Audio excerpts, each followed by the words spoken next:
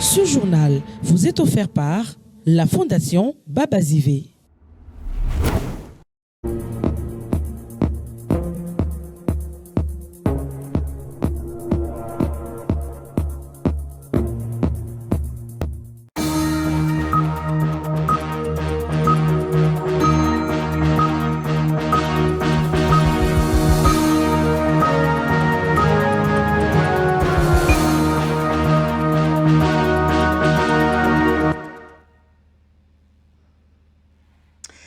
C'est une nouvelle semaine qui commence et voici donc votre nouvelle édition du journal en direct de Magloire Télévision. Mesdames et messieurs, merci à vous de nous suivre de partout.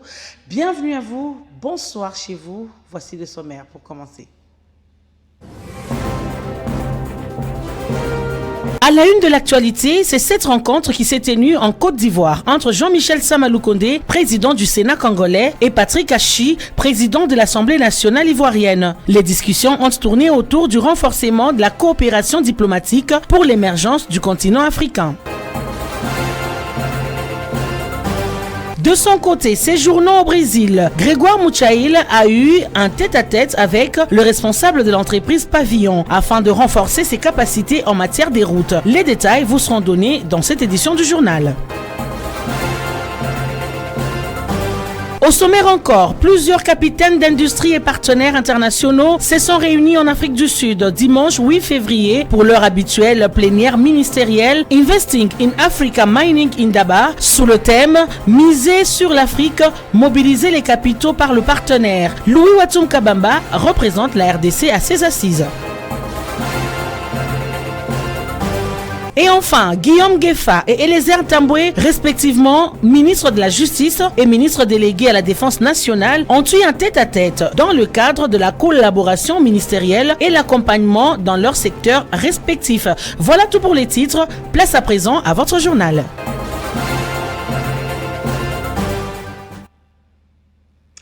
Encore une fois, bonsoir et merci de nous rejoindre sur Magloire Télévision à travers ce 19 Info.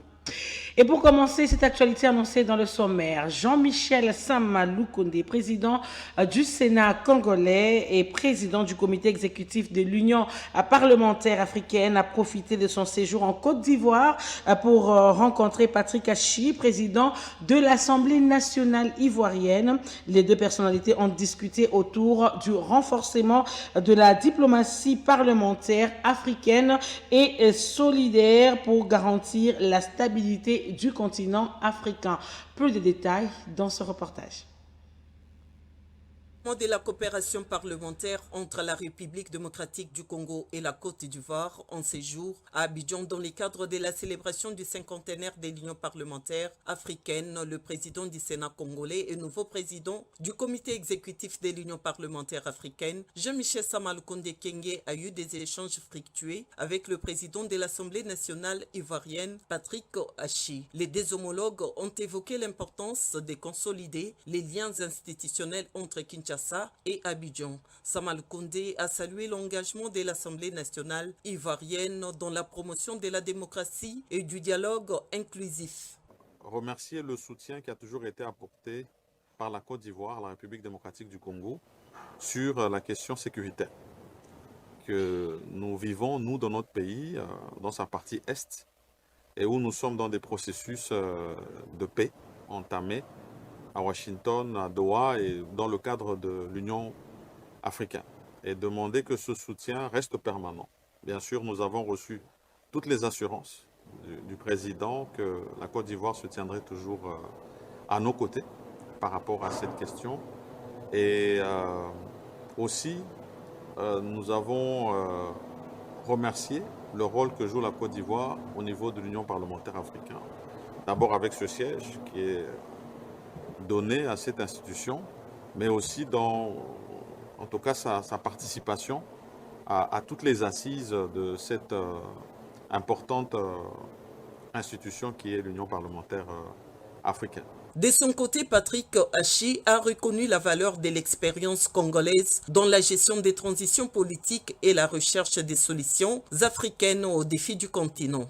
Avec le président, nous avons écouté la situation qui prévaut aujourd'hui en République démocratique du Congo que nous suivons naturellement, mais pour lequel il nous a donné un certain nombre de précisions. Et nous lui avons dit qu'il pouvait bien sûr être rassuré que son excellence président de la République, Alassane Ouattara, porte une attention toute particulière à ce qui s'y passe, apporte son soutien à son frère, le président Félix Tshisekedi, dans la résolution pacifique de cette crise. Les deux parlementaires en exercice ont également évoqué les questions régionales cruciales, notamment la sécurité, la jeunesse et l'intégration économique. On va rester sur le chapitre de la diplomatie. De son côté, le ministre du Développement rural, Grégoire Mouchaïl Moutombe, séjourne au Brésil pour une mission officielle qui entre dans le cadre stratégique de modernisation et des transformations structurelles du monde rural. Sur place, Grégoire Mouchaïl a échangé avec les responsables de l'entreprise Pavillon afin de bénéficier de l'expertise de cette entreprise brésilienne spécialisée dans les routes. Les détails. Aussitôt arrivé à Brasilia, capitale de la République fédérale du Brésil, dans le cadre d'une mission officielle autour de la visite d'échange d'expertise dans les domaines stratégiques des routes stabilisées, énergie rurale, forage et autres, le ministre d'État du Développement rural a tenu une réunion avec les responsables de l'entreprise Pavillon spécialisée dans la construction et stabilisation des sols écologiques. Accompagné de l'ambassadrice de la RDC au Brésil, Rosette Mossi-Niamale, le ministre d'État du Développement rural, ingénieur Grégoire Mouchaïl Moutombe, a été édifié sur les technologies utilisées par l'entreprise Pavillon pour stabiliser les routes avec la nanotechnologie. C'est-à-dire que nous pouvons, les études de faisabilité devaient se faire le plus rapidement possible parce que nous avons les mêmes caractéristiques que d'affaires climatiques. Il faut des études de faisabilité dans les zones équatoriales où il pleut beaucoup, les études de faisabilité dans des zones de savane, et les études de faisabilité dans des zones où nous avons beaucoup de sable. Par exemple, dans les Kasaï, nous avons beaucoup de sable. Alors, donc, ce sont des caractéristiques que nous pouvons dire. La savane, la forêt, et nous allons voir aussi les zones sablonneuses. Parce que nous avons plusieurs types de sols, comme ici, des sablo-argileuses ou bien argilo-sablonneuses. Donc, tout ça, c'est ce que nous avons. Donc, je pense que les études de faisabilité peuvent se faire rapidement. Le ministre d'État Mouchaïl a sur place à Brasilia visité quelques routes stabilisées présentées comme maquettes à quelques kilomètres du centre-ville. Et pour terminer ce chapitre de la diplomatie, retenez que placé sous le thème mise sur l'Afrique, mobiliser les capitaux et par le partenaire, la plénière ministérielle de l'Investing in Africa Mining Indaba s'est tenue dimanche 8 février 2026 en présence de plusieurs capitaines d'industrie et de partenaires internationaux.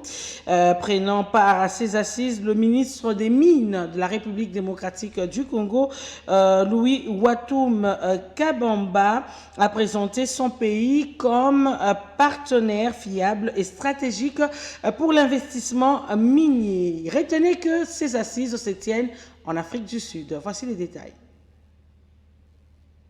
Ce dimanche 8 février 2026, la République démocratique du Congo a porté sa voix au plus haut niveau de l'Investing in African Mining Indaba, la plus grande plateforme minière du continent africain. Placée sous le thème « Miser sur l'Afrique, mobiliser les capitaux par les partenariats », la plénière ministérielle a réuni décideurs politiques, capitaines d'industrie et partenaires internationaux. Son Excellence Louis Watoum Kabamba, ministre des Mines, y a présenté la RDC comme un partenaire fiable et stratégique pour l'investissement minier engagé dans des coopérations fondées sur des projets concrets, transparents et mutuellement bénéfiques, notamment avec les États-Unis et d'autres partenaires internationaux. Le ministre a exposé la vision de la RDC en faveur des partenariats stratégiques continentaux axé sur l'exploration et la valorisation des minerais afin de positionner durablement l'Afrique dans les chaînes de valeur mondiales. Il a rappelé que l'attractivité des investissements repose sur des politiques cohérentes, une gouvernance renforcée, la sécurité, la transparence et des institutions solides. Un message clair les véritables alliés des investisseurs sont les lois, les règlements et l'administration du pays.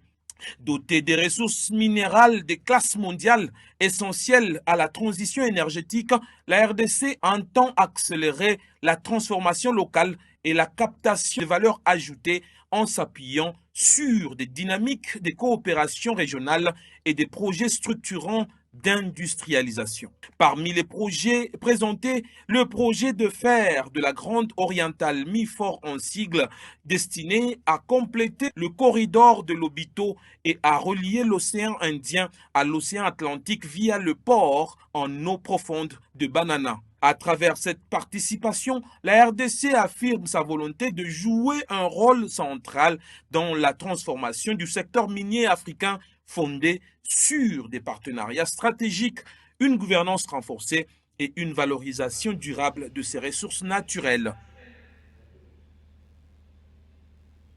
Nous allons rentrer au pays et nous sommes plus précisément dans la capitale Kinshasa pour renforcer la collaboration ministérielle. Le ministre de la Justice, Guillaume Ngefa, a reçu dans son cabinet de travail le ministre délégué à la Défense nationale, Eliezer Tamboué. Ce dernier est allé solliciter de la part de son collègue de la Justice l'accompagnement au niveau de certains dossiers qui touchent à l'intérêt du pays qui entrent dans ses attributions. Nous l'avons annoncé dans le sommaire. Voici les détails, mesdames et messieurs.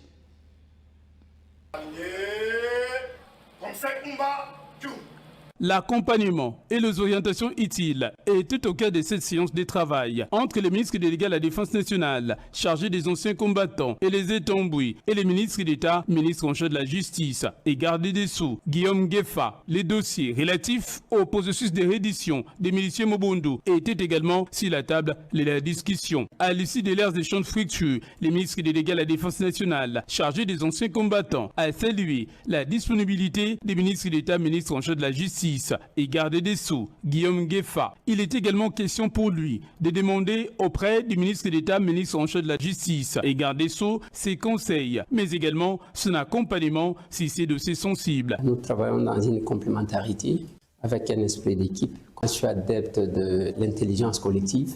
J'ai travaillé sur la question de reddition des Mobondo et notre conseiller juridique ou les conseillers juridiques du gouvernement, c'est le ministre d'État en charge de la justice et garde des Sceaux. Je suis venu demander quelques conseils, mais également demander son accompagnement parce que c'est un dossier sensible pour voir comment on va se comporter par rapport à ces dossiers. Les deux personnalités ont réaffirmé au cours de cette rencontre leur volonté de se retrouver très prochainement pour effleurer d'autres aspects non évoqués lors de cette rencontre. Ce fut donc un moment très riche en échanges pour ces deux membres du gouvernement. Toujours dans la capitale Kinshasa, pour permettre au ministère des Postes et Télécommunications de reconnaître et d'identifier les réparateurs des appareils électromécaniques dans la capitale, José Mpanda Kabangou, ministre de tutelle, a réuni les concernés pour un moment d'échange, les sensibilisant d'adhérer à cette vision salvatrice pour ceux qui évoluent dans ces secteurs. Nous en savons plus dans ce reportage. C'était près de 500 techniciens, réparateurs des téléphones, ordinateurs et autres appareils électroniques venus de Beautour, Matadskibala, Matete, Victoire, Koweït et autres coins de Kinshasa à répondre à l'invitation de maître José Mpanda Kabangou qui leur a parlé de son projet. Je vois ce dont vous êtes capable de faire, mais vous le faites dans l'informel. Vous êtes en train de résoudre des questions que même certains techniciens qui ont des grands bureaux n'arrivent pas à faire. Qu'est-ce qui va aller prouver aujourd'hui si vous allez solliciter un travail chez Orange ou chez Africell? On va vous dire, donnez-nous l'expérience, donnez-nous le diplôme, donnez-nous ceci. Mais il faut qu'on arrive à vous former avec des partenaires et nous irons ensemble dans un jury avec la formation professionnelle et ceux qui se seront distingués auront des diplômes de formation professionnelle. Avec ces diplômes-là, vous pouvez formellement solliciter le travail. Initiative innovante, très saluée par les futurs bénéficiaires qui ne cachent pas leurs sentiments. J'ai fini l'histoire en 1983, je suis dans la vie active. de télécommunications depuis 1985 jusqu'à aujourd'hui. J'ai connu des ministres et des ministres. C'est la toute première fois que cette action vient de se faire. En tout cas, je n'ai pas peur d'être contredit. Plusieurs techniciens réparateurs des appareils électroniques ont dit à Maître José Mpanda de quoi ils sont capables et ont juste besoin des subventions de l'État pour booster leur petite unité. Ce n'est pas seulement besoin d'emploi dont nous on est là. Nous avons aussi besoin de subventions. Subventionnez-nous pour qu'on ait la capacité de développer les intelligences de cette élite négligée depuis de longtemps. Nous réparons des histoires qui sont foutues, morts. Mais ça revient ici à Kinshasa.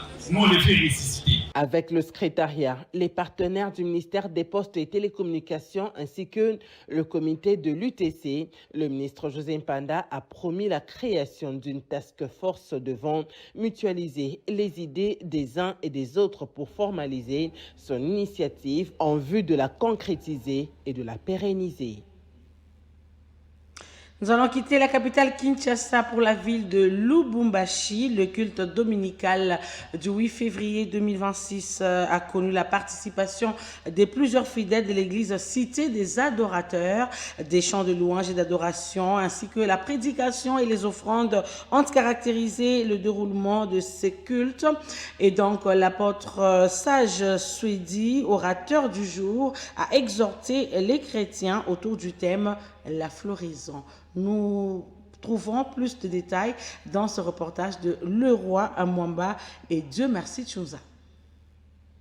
Les fidèles chrétiens de l'église Cité des Adorateurs ont pris part ce dimanche 8 février 2026 à leur culte dominical organisé dans leur temple habituel situé sur la route Kipopo. La rencontre a connu différents temps forts en suivant le programme établi par la dite église. L'assemblée a commencé par des chants d'adoration et des louanges, la prédication et les offrandes. Et dans sa prédication, l'orateur du jour, apôtre Sage Swedi, a prêché sur le thème la floraison, tiré du livre de Daniel 9, complété par Daniel 10. Ici, l'homme de Dieu est passé en revue la vie de Daniel, depuis le temps des turbulences jusqu'à son épanouissement. Au jour d'aujourd'hui, nous voulons voir un autre personnage de la Bible. Celui qui a aussi fleuri. Parce que ces personnages nous aideront imiter leurs secrets. Voyons maintenant Daniel aussi. C'est aussi un homme de Dieu qui a fleuri malgré les obstacles. Pourquoi je parle des obstacles? Cette histoire vous trouverez dans Daniel chapitre 9 et dans Daniel chapitre 10. Esclave de Babylone pendant combien de temps? 70 ans aussi, non? Daniel alitoka mu Jerusalem. Maana kusema alikuwa mwashikani.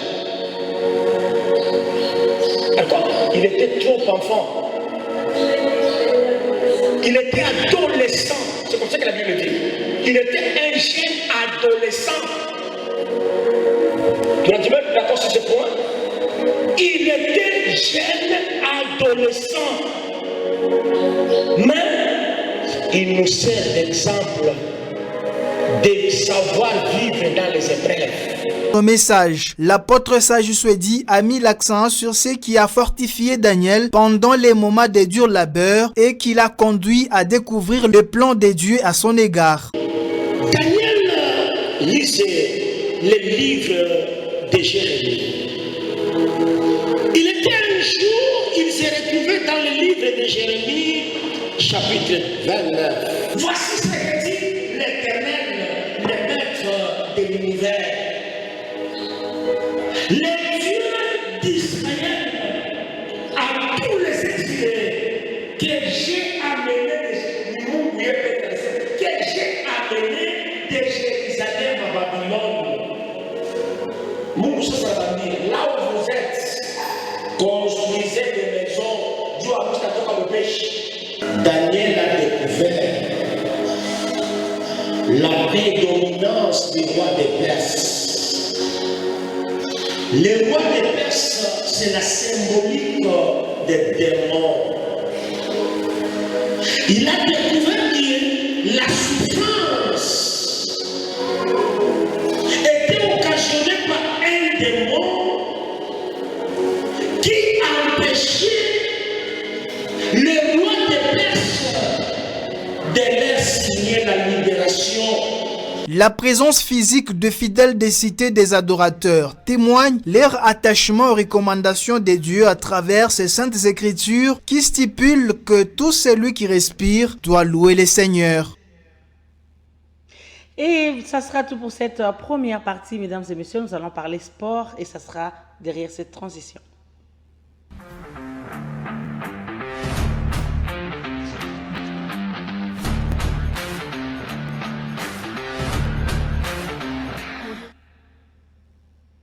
On va commencer sans doute par cette actualité. Les cheminots du football Saint-Éloi à Lupopo ont enregistré un match nul d'un but partout. C'était le dimanche 8 février 2026 au stade Tout-Puissant Mazembe. C'était en prélude de la 5e journée de la Ligue des champions de la CAF.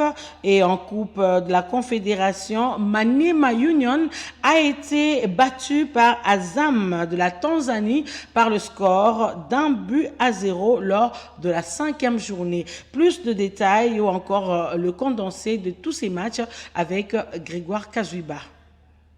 Just tells you what kind of pressure. Ni vainqueur ni vaincu entre les cheminots du football club à Saint-Éloi Lupopo et Mamelodi Sundowns. Un match qui entre dans les cadres de la 5e journée de la phase des groupes de la Ligue des champions de la CAF. Une rencontre qui s'est jouée au stade TP Mazembe de la Kamalondo. Un but partout était les scores au coup des sifflets final. Lupopo a été le premier à ouvrir la marque grâce au joueur Molia dès la 19e minute qui recevait un caviar de la part du joueur Tukumbani. Tukumbani goes across and there's a goal. The opening goal for the hosts is Enoch Molia. Sundowns completely caught upfield. And Saint-Éloi, Lupopo. C'est sur ce score d'un but à 0 en faveur des cheminots qui la mi-temps s'est invité. En seconde période, les Sud-Africains changent de la donne en mettant en jeu son dispositif tactique et technique qui a fini par payer vers la 55e minute pour assister à l'égalisation. Sur corner, le ballon trouve la tête du joueur Adams. Back for Sundowns deliver here. A much better looking pass and that should be a goal. Oh, what a great header it was.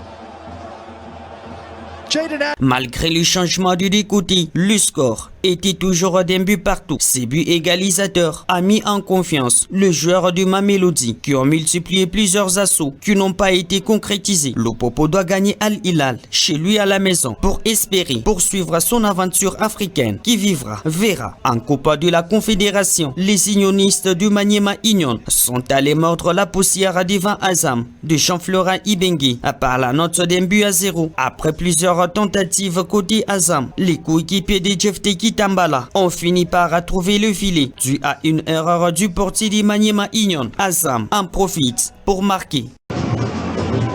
Into the box and it's gone over the line and there's the opening goal.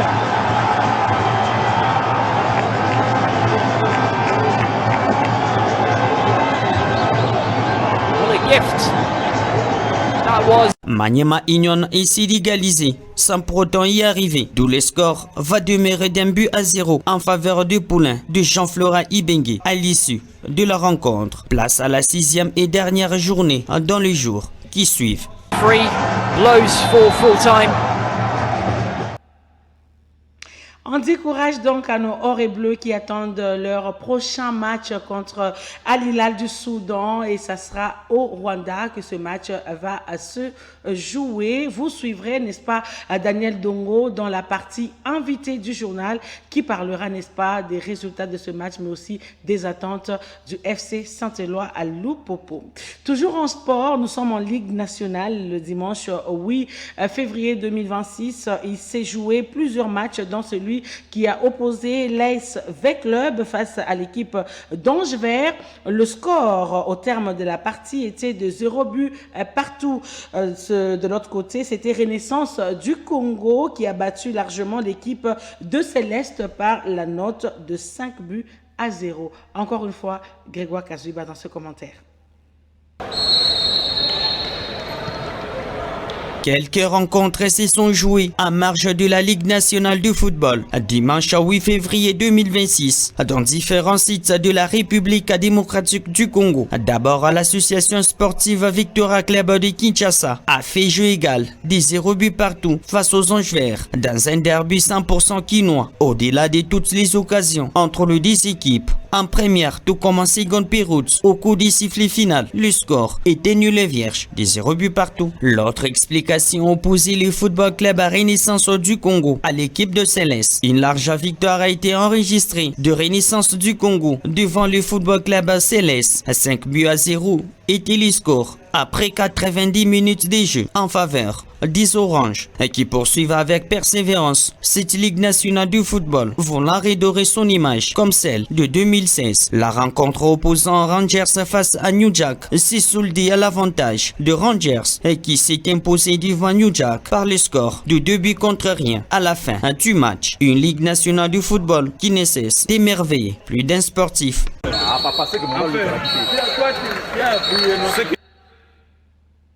Et c'est tout pour le sport. L'actualité à l'international intervient juste après cette transition.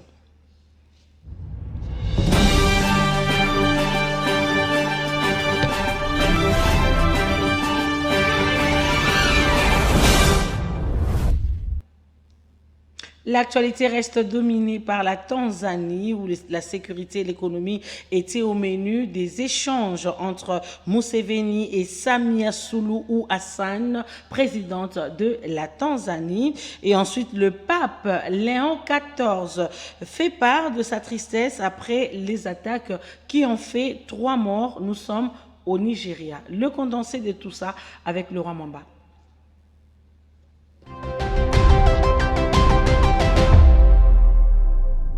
Mesdames et messieurs, bienvenue à cette ronde internationale qui s'ouvre par la Tanzanie. La présidente tanzanienne a reçu son homologue ougandais. Outre la paix, la sécurité, les échanges entre Yoweri Museveni et Samia Suluhu Hassan ont aussi porté sur l'économie avec les travaux des léoducs est-africains qui seraient en cours selon la présidente tanzanienne, assurant que le transport du pétrole débutera en juillet alors que dans les tuyaux se trouve un projet de gazoduc entre l'Ouganda et la Tanzanie ainsi qu'un oléoduc reliant l'Ouganda au port tanzanien de Tanga.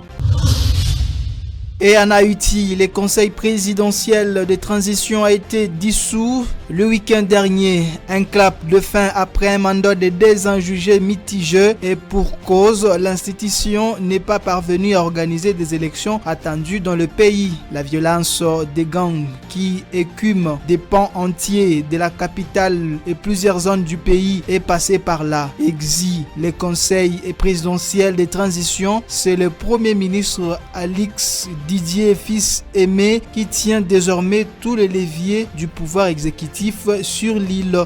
Il bénéficie du soutien de la communauté internationale. Et mettons terme en religion, le pape Léon XIV a fait part de sa tristesse après les attaques perpétrées le week-end dernier dans le nord-ouest du Nigeria par les hommes armés, tuant 3 personnes alors que 11 autres ont été enlevés, dont un prêtre catholique. C'est avec tristesse et inquiétude que j'ai appris les récentes attaques contre diverses communautés au Nigeria qui ont causé de graves pertes en vies humaines. J'exprime ma proximité dans la prière et toutes les victimes de la violence et du terrorisme. J'espère que les autorités continueront à œuvrer avec détermination pour assurer la sécurité et la protection de chaque citoyen, a déclaré le chef de l'église catholique alors qu'il s'exprimait à la fin de la prière hebdomadaire de l'Angélus depuis la fenêtre de son studio surplombant la place Saint-Pierre. Et c'est même par ici que nous mettons terme à cette ronde en international. Merci mesdames, merci également à vous messieurs de l'avoir suivi. Je l'ai annoncé tantôt, mesdames et messieurs, après le match nul d'un but partout concédé face à Mamelodi Sundowns au temple des Badiangwena de Kamalondo, le comité sportif et même tout le groupe du FC Saint-Éloi Lupopo reste optimiste pour la suite de l'aventure pour les interclubs de la CAF, puisque rien n'est encore perdu. Ceci ressort de l'échange téléphonique du chargé de communication des cheminots, Daniel Ngoïndongo, qui est donc l'invité de ce journal sur Magloire Télévision. Je vous prie ici de suivre son entretien intégral avec Bovin Kazadi. Bonjour à M. Daniel Ndongo. Bonjour M. Bovin, bonjour à tous ceux qui nous suivent à l'instant. M. Daniel Ndongo, Lupopo a été accroché à la maison face à Mamelodi Sundowns et pourtant c'était un match qui pouvait relancer le cheminot. Et comment avez-vous accueilli ce résultat? Oui, il y avait de la place pour chercher mieux qu'un match nul, mais comme on a toujours dit, si vous ne savez pas gagner un match, il ne faut pas non plus le perdre. Donc nous sommes obligés de nous contenter de ce point qui est précieux parce qu'il nous garde en course pour la qualification des quarts de finale de cette Ligue des Champions. Vous savez que dans le groupe C où nous sommes, rien n'est encore décidé, mais tout va se jouer lors de la 6e et dernière journée. Actuellement, c'est vrai qu'il est en première position, mais c'est avec 8 points seulement, un point de plus que le Mouloudia. Et derrière le Mouloudia, il y a Sundowns, notre adversaire d'hier, qui garde 6 points et nous sommes 4e avec 5 points. Donc tout peut basculer à tout moment. Nous espérons vraiment tout mettre en œuvre pour que le match contre Al Hilal, qui est notre finale, puisse tourner en notre faveur afin de décrocher la qualification. Pour ceux qui ne le savent pas, ne vous prenez pas encore éliminé. En cas de victoire contre Al Hilal du Soudan à Kigali, nous allons composter notre billet pour le quart de finale. Pourquoi? Parce que c'est la confrontation directe qui est le critère numéro 1 lorsqu'il faut départager les équipes qui terminent avec le même nombre de points. Donc actuellement le Popo compte 5 points et Hilal en a 8. Lors du match aller à Lubumbashi, le score était d'un but partout. Et si nous allons gagner à Kigali, nous allons nous retrouver avec 8 points au même pied d'égalité que Al Hilal. Et là, la CAF va appliquer le premier critère du règlement pour départager les deux équipes et il pourra être en notre faveur. C'est bien évidemment la confrontation directe pour avoir gagné 4 points contre cette équipe soudanaise d'Al Hilal. Et nous n'allons même pas dépendre du résultat qui va sanctionner le match entre l'équipe sud-africaine de Mamelodi Sundowns au Mouloudia Club d'Alger. Et donc là, maintenant, il faut mobiliser toutes les forces pour pouvoir aller chercher cette victoire en terre rwandaise pour obtenir cette qualification historique pour les quarts de finale. Quel est le moral actuel ou l'état d'esprit du côté joueur et du côté aussi comité sportif de Cheminot? Oui, il y a un bel état d'esprit. Nous avons aimé la communication du coach immédiatement après le coup de sifflet final. Nous nous sommes battus. Il ne faut pas oublier, cher Bovin, que le parcours qu'a réalisé le Football Club Saint-Éloi Lupopo jusqu'ici, c'est monumental. C'est un parcours monumental. Quand vous commencez la Ligue des Champions, que vous retrouvez 15 ans après, vous devez sortir El Merir et Orlando Pirates pour accéder en phase de groupe. C'est, je crois, tout simplement extraordinaire. Et quand vous tombez dans ce groupe avec Mamelodi Sundowns, finaliste de la dernière édition de la Ligue des Champions, Mouloudia Club et Al Hilal qui ont été en quart de finale de la dernière édition, je pense qu'il y a de quoi vraiment s'en féliciter. Mais bon, comme il y a un bon coup à jouer à Kigali, le coach a insisté là-dessus, il faut vraiment aller faire ce match-là avec beaucoup d'envie, beaucoup de détermination et beaucoup d'abnégation. Voilà, c'est ce qui est important et tous les joueurs sont conscients qu'il faut aller chercher cette victoire-là. Ce n'est pas impossible. Vous savez que c'est peut-être le destin qui le veut ainsi parce que toutes nos qualifications cette saison en Ligue des Champions, nous les avons obtenues à l'extérieur. Vous allez vous rappeler qu'on a battu Orlando au tir au but en Afrique du Sud. Bien avant, c'était El Merir qui sortait après un nul en Libye. 0 but partout. Donc je crois qu'on va se battre, on va s'appuyer sur nos forces et je crois qu'on a démontré des très belles choses en Ligue des Champions jusqu'ici. Et je pense que tout cela constitue au jour d'aujourd'hui des motifs d'espoir. Monsieur Daniel Ndongo, la dernière sortie de Cheminot sera face à Al Hilal, dans Durman du Soudan. Et comment abordez-vous ces matchs et quel message adressez-vous à tous les fanatiques de Lupopo? Bon, c'est avec le même état d'esprit. Vous savez que chaque fois que nous avons l'occasion d'écrire l'histoire, nous mettons toutes les forces dans la bataille. Donc on va prendre les meilleurs éléments avec nous déjà, qui vont faire le déplacement mercredi pour jouer samedi, parce que tous les matchs de cette dernière journée vont se jouer à la même heure, concomitamment, conformément au règlement de la Confédération africaine de football. Donc on va prendre des guerriers qui vont aller se battre à Kigali. Peut-être la note positive, c'est le fait fait que Kigali c'est un terrain neutre pour Hilal et Lupopo. C'est un club soudanais qui est allé évoluer du côté de Kigali suite à la situation politique au niveau du Soudan. Donc je crois qu'on aura beaucoup de gens qui vont nous soutenir pour pouvoir nous amener à obtenir la qualification. Pour le public,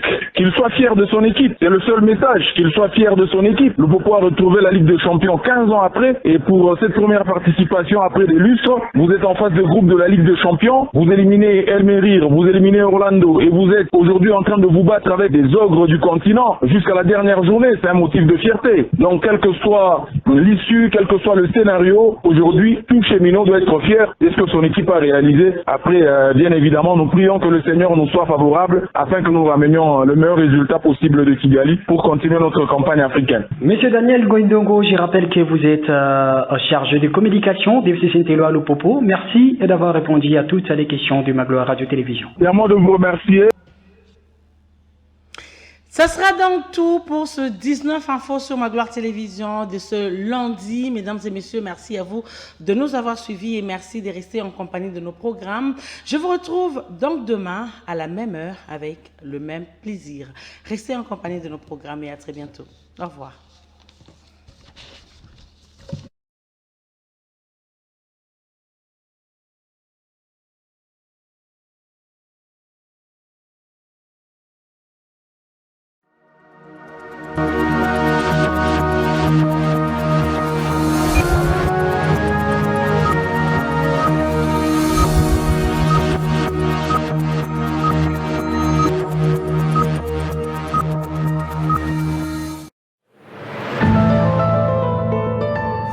Ce journal vous a été offert par la Fondation Babazivé.